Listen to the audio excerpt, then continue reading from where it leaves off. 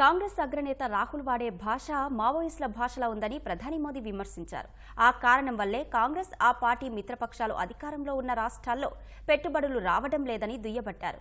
June 4 తర్వాత భాజపా మరోసారి అధికారంలోకి వస్తుందన్న ఆయన ఆ తర్వాత అవినీతి పరులు జీవితాంతం జైల్లోనే గడపాల్సి వస్తుందని హెచ్చరించారు.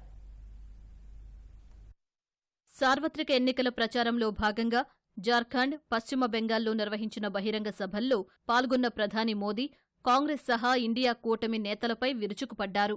రాహుల్ గాంధీ వాడే భాష మావోయిస్టుల భాషలా ఉండటం వల్ల ఆ పార్టీ, వారి మిత్రపక్షాలు అధికారంలో ఉన్న రాష్ట్రాల్లో పెట్టుబడులకు పారిశ్రామికవేత్తలు 50 సార్లు ఆలోచిస్తున్నారని మోదీ అన్నారు. కాంగ్రెస్, జార్ఖండ్, ముక్తి మోర్చా, జేఎంఎంకు అభివృద్ధి గురించి ఏమీ తెలియదన్న ఆయన ప్రతిచోటా బిగ్గరగా అబద్దాలు మాట్లాడటమే తెలుసునని జార్ఖండ్లోని జంషెడ్పూర్లో జరిగిన బహిరంగ సభలో విమర్శించారు. ప్రజల సంపదను ఎక్స్రే తీసి దోచుకోవడమే వారి లక్ష్యమని ఆరోపించారు. ఎస్సీ, ఎస్టీ రిజర్వేషన్లను లాక్కోవాలని ఇండియా కూటమి భావిస్తోందని ఆరోపించారు.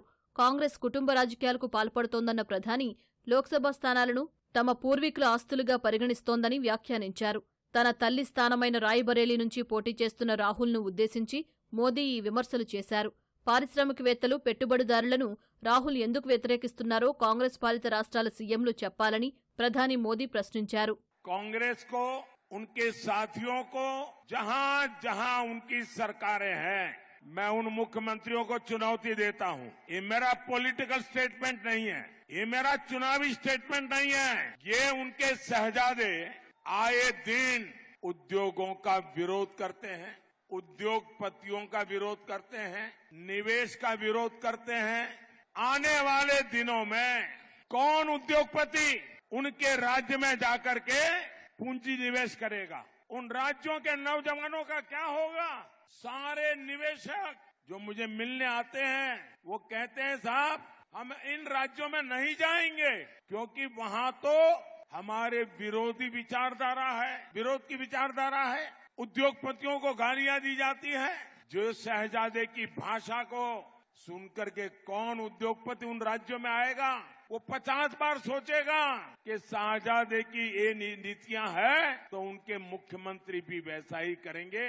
అనంతరం పశ్చిమ బెంగాల్ వెళ్లిన మోదీ పురూలియాలో నిర్వహించిన బహిరంగ సభలో పాల్గొన్నారు. రామకృష్ణ మిషన్, భారత సేవాశ్రమ సంఘాన్ని బెంగాల్ సీఎం మమతా బెనర్జీ భయాందోళనకు గురిచేస్తున్నారని ప్రధాని ఆరోపించారు.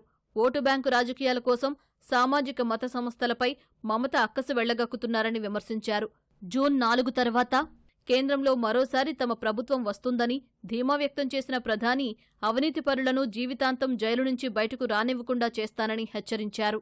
मैंने 14 में कहा था ना, मैं भ्रष्टाचारियों के खिलाफ काम करूंगा. मैंने कहा था कि नहीं कहा था? मैंने 2019 में कहा था ना कि मैं भ्रष्टाचारियों को एक एक करके पकड़ूंगा. कहा था कि नहीं कहा था? और 24 में कह रहा हूं, मैं ये भ्रष्टाचारियों का जीना जेल के बाहर रहने नहीं दूंगा. ये साथियों, आपको लूटने वालों के साथ मोदी ठीक कर रहा है कि नहीं कर रहा है? मुझे करना चाहिए कि नहीं करना चाहिए? पूरी ताकत से करना चाहिए कि नहीं करना चाहिए? ये लोग गालियां दे तो भी करना चाहिए कि नहीं करना चाहिए? आपको एक और गारंटी दे रहा है. 4 जून के बाद नई सरकार बनते ही ऐसे हर भ्रष्टाचारी उनकी जिंदगी जेलों में ही बीतेगी. తర్వాత పశ్చిమ బెంగాల్లోని బిష్ణుపూర్లో జరిగిన ర్యాలీలో పాల్గొన్న ప్రధాని తృణమూల్ కాంగ్రెస్, వామపక్షాలపై విమర్శలు గుప్పించారు. పార్టీల పరంగా తృణమూల్, వామపక్షాలు వేరైనప్పటికీ చేసే పాపాలు ఒకటేనని ఆరోపించారు. బెంగాల్లో మహిళల పట్ల అకృత్యాలకు పాల్పడిన వారిని శిక్షిస్తామని, అది మోదీ గ్యారంటీ అని ప్రధాని పునరుద్ఘాటించారు.